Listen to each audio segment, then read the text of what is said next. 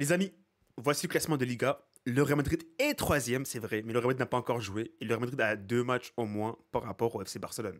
Le Barça, comme vous pouvez le voir, les amis, le Barça vient de perdre contre l'Atlético avec un but incroyable de Sorloth à la dernière seconde du match. Donc l'Atlético premier, 41 points.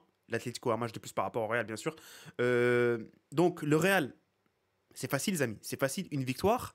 On est devant le Barça. On sera bien sûr à un point d'écart par rapport à l'Atlético Madrid. Mais oui, c'est vrai que les amis, c'est vrai que le Real Madrid, ça aurait été plus intéressant. Le match nul entre le Barça et l'Atlético. Mais vas-y, on préfère voir une défaite du Barça qu'une défaite de l'Atlético Madrid sur ce match. Et en plus, le Barça, ils enchaînent les défaites à la maison, donc ça fait plaisir pour plomber un peu leur morale, leur confiance. En vrai, j'étais pas si deg que ça de voir le but de Sorloth rentrer dans les cages. Donc voilà. C'est vrai que le nul aurait été beaucoup plus intéressant pour le Real, mais bon, la victoire de l'Atlético aussi, c'est pas mal.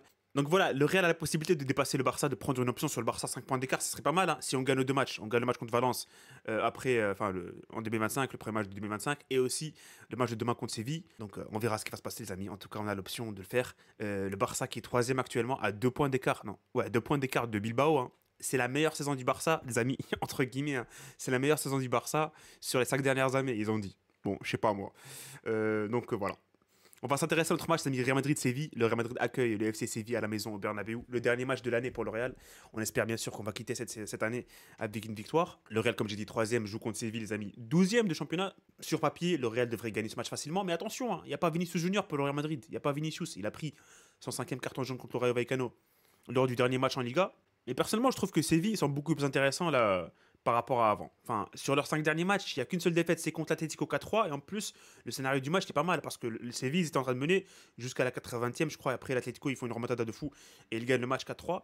Donc, sur les 5 derniers matchs, il y a une victoire contre Celta Vigo 1-0, une victoire contre Olot en Coupe 3-1, il y a un match nul contre Osasuna et une victoire contre Rayo Vallecano 1-0.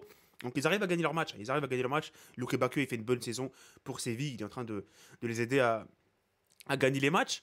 En face, t'as le Real. T'as le Real, les amis, que voilà, sur les 5 derniers matchs du Real Madrid, c'est 3 victoires, un nul et une défaite contre Bilbao. La défaite, bien sûr, 2-1. Le nul, c'est le 3 partout contre le Rayo Vallecano. Sinon, les victoires, c'est 3-0, 3-2 et 3-0 contre Pachuca, Atalanta et Gérone.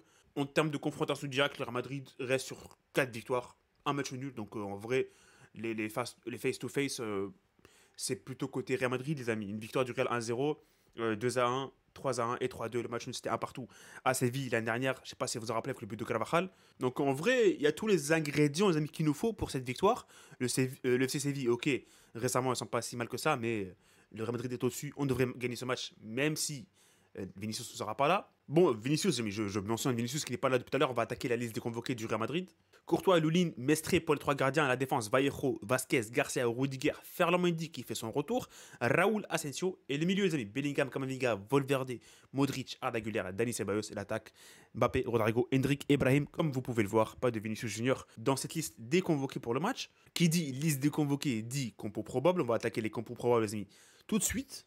Donc, le Real Madrid devrait s'aligner, les amis, comme ceci, avec Courtois au goal, Fran Garcia, Vasquez sur les côtés, même si le retour de Mendy, je pense pas qu'il est prêt pour jouer ce match, donc Fran Garcia devrait commencer ce match. Ils ont évoqué la possibilité de commencer avec Raúl Asensio en conférence de presse en tant qu'arrière droit, mais je pense pas qu'il va le faire. Je pense pas qu'il va le faire. Je pense qu'Ancelotti préfère mettre Vasquez qui peut aider un peu offensivement, même si défensivement c'est pas top. Il va préférer mettre Vasquez et je pense que ça va être le cas. Défense, Rudiger, Tchouaméni, il va pas changer ça. Le milieu, Valverde, Camavinga, Bellingham. Et Bellingham, comme vous pouvez le voir, les amis, il est un peu blessé du match de la Coupe intercontinentale. Donc, c'est pas à 100% qu'il sera là, mais 70% comme c'est écrit. Donc, normalement, il sera là. Voilà. Sur les côtés, Brahim Diaz, Rodrigo, Mbappé. Le positionnement de Mbappé, de Rodrigo, de Brahim Diaz, on verra. Personnellement, personnellement, je préfère Brahim à gauche, Rodrigo à droite et Mbappé en pointe. Mais je sais pas ce qui va se passer. Je sais pas si Mbappé va jouer à gauche. Je sais pas si c'est Rodrigo qui va jouer en pointe. Pourquoi pas même Brahim Diaz en pointe. Hein. Il a joué contre Chelsea le match amical en pré-saison. Il était très très bon. Donc on verra ce qui va se passer pour le positionnement de trio offensif. Mais je pense que ça va être le cas. Ça va être le trio offensif. Je pense pas que Goulart va jouer demain. Ça va être Brahim Diaz. Donc les indisponibles côté Real Madrid, les amis, vous les connaissez. Hein. Alaba, Carvajal, Militao, aussi Ramon qui est blessé et Vinicius qui est donc suspendu. Pour Séville qui donc se déplace au Bernabéu, les amis, avec Fernandez au goal. Pas de Nyland qui sera sur le banc. Sur les côtés, Carmona qui est Salas. La charnière, Goudelj, Loïc Badé. Le milieu sera composé de Saúl Ñíguez, Agoumé, Juan Luis Sanchez. Et en attaque, il y aura le trio Péké, Luque Bacchio et Isaac Romero pour Séville. Séville, ils ont 4 indisponibilités, Edjouké, Nianzou, Pedrosa et Djibril Sow. Bon, pronostic Real Madrid-Séville, match super important, comme j'ai dit. Le Real Madrid a la possibilité d'aller dépasser le Barça et prendre une option sur le Barça et potentiellement dépasser le Barça avec 5 points d'écart en cas de victoire derrière contre FC Valence. Donc, personnellement, je vois une victoire du Real Madrid. Pas autre chose. On est obligé de gagner ce match. Si on perd ce match, franchement, c'est un message clair et net qu'on est nul, littéralement. On ne peut pas gagner les matchs faciles comme ça contre Séville à la maison, c'est honteux. En plus, le Barça vient de perdre. Il y a eu un match super décisif entre le Barça et l'Atlético Madrid. Il faut en profiter. Il faut en profiter et battre Séville, même si Vinicius n'est pas là. C'est l'opportunité que Brahim se montre, l'opportunité que Mbappé marque et se montre. Aussi pour Rodrigo. Rodrigo, moi je compte sur lui, sur cette deuxième partie de saison, parce que la première, il a été trop longtemps. Enfin, il a été assez souvent blessé, donc il doit se réveiller et se montrer demain contre Séville. Il doit être décisif et marquer et guider le Real Madrid vers la victoire. Aussi Bellingham qui est chaud de fou en Liga récemment avec un but sur ses 6 derniers matchs consécutifs. Donc on verra si Bellingham déjà va jouer, mais je pense qu'il va jouer.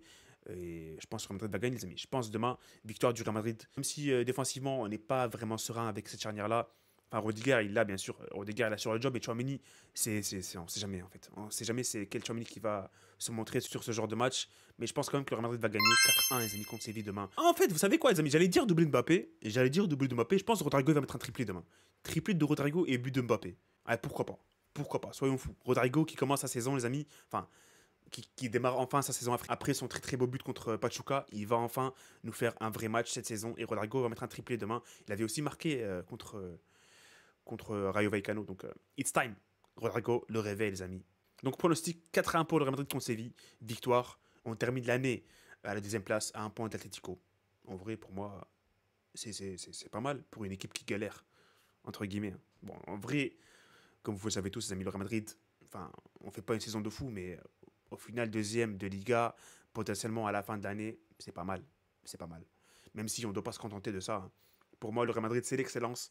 On doit vraiment être au niveau sur tous les matchs. Mais bon, on ne peut pas vraiment s'opposer à être deuxième après ce début de saison bizarre du Real Madrid.